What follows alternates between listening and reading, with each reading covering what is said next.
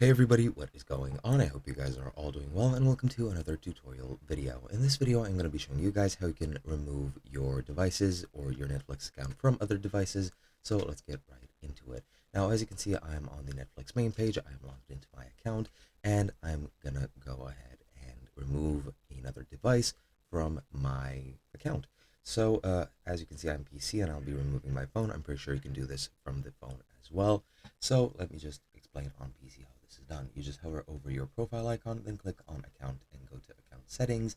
And as you can see, you have all of this here, all of these options. And what you can do is just click on devices in this menu to the left.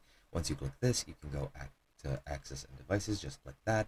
And as you can see here, you have all of your devices listed. I have my Chrome browser, which is what I'm currently in now, and I have my Android phone. And all you have to do is to click sign out next to the device you want to remove, or click sign out of all devices if you want to just leave the device you're using registered.